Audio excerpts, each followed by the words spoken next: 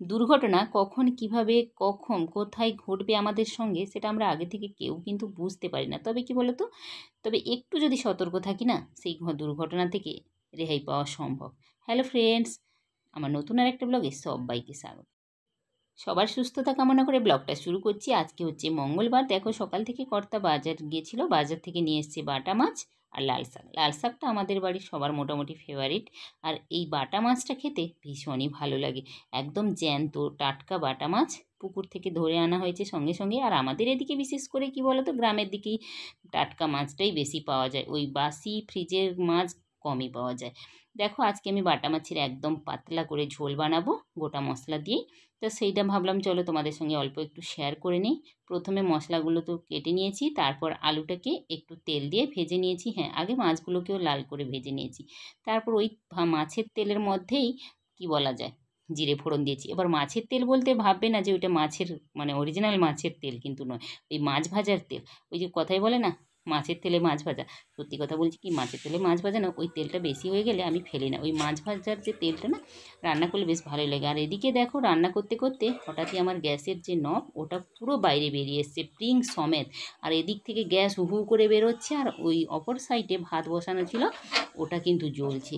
কি বলা যায়, মুহূর্তের মধ্যে দুর্ঘটনা ঘটে যেতে পারে। আমি বাই চান্স সঙ্গে সঙ্গেই নিচের মানে গ্যাসের যে এটা চাবিটাকে অফ করে দিই, ভাগ্যিস বেঁচে গেছি আর কি। মানে সেই সময় আমার ক্যামেরা অন ছিল না, যার জন্য আমি তোমাদের সঙ্গে ভিডিওটা শেয়ার করিনি। আর পরে দেখালাম আর কি যে এই নবগুলো না মাঝে মধ্যে চেঞ্জ করে রাখা ভালো, তাহলে দেখবে এই দুর্ঘটনাগুলো আর ঘটবে না। আর তারপর আমি তো গ্যাস থেকে নামিয়ে উনুন ধরিয়ে উনুনে বসিয়েছি, কারণ আমাদের ডবল ওভেন আছে কিন্তু ওইটাতে নিরামিষ রান্না হয়। আর হ্যাঁ, আরও একটা ছিল কিন্তু সেটাতেও করতে পারলাম না, সেটাতেও অনেক দিন ব্যবহার না হওয়ার জন্য মানে নবগুলো খারাপ হয়ে গেছে। এবার দেখো এদিকে উনুনে তো বসিয়েছি মোটামুটি, যাই হোক বেঁচে গেছি। ঠাকুরের দয় বলো ভগবানের দয় বলো যাই বলো, বেঁচেই গেছি। হয়তো আমার বাঁচার ছিল, না হলে পুরো যদি আগুন ধরতো পুরো রান্নাঘরটাই জ্বলতো, আমিও সঙ্গে সঙ্গে জ্বলে যেতাম। আর এদিকে আমার রান্না কমপ্লিট। দেখো মাছের ঝাল হয়ে গেছে, এখন আমি ছেলেকে খেতে দিয়ে দেবো, কারণ ছেলে যাবে স্কুলে। হ্যাঁ, আবার এই ঘটনাটা ঘটেছে জানো তো সকালবেলা, একদম সকালবেলা যখন ছেলের জন্য রান্না করছিলাম তখনই।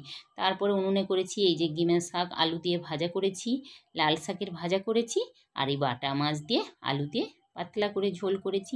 এই হয়েছে আজকে দুপুরের রান্না। চলো মোটামুটি এইটা দিয়ে দারুণ মানে খাওয়া হয়েছিল।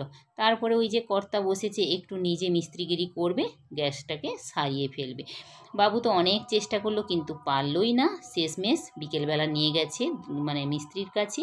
আর এদিকে সেই যে শপিং মল থেকে পাস্তা এনেছিলাম ছেলেকে আজকে বানিয়ে দিয়েছি, ছেলে বলছে মা খুব ভালো হয়েছে খেতে। চলো ভিডিওটা এই অবধি, ভালো লাগলে অবশ্যই একটা লাইক করে দিও। টাটা, দেখা হবে নতুন ভিডিওতে, ততক্ষণের জন্য সবাই ভালো থেকো।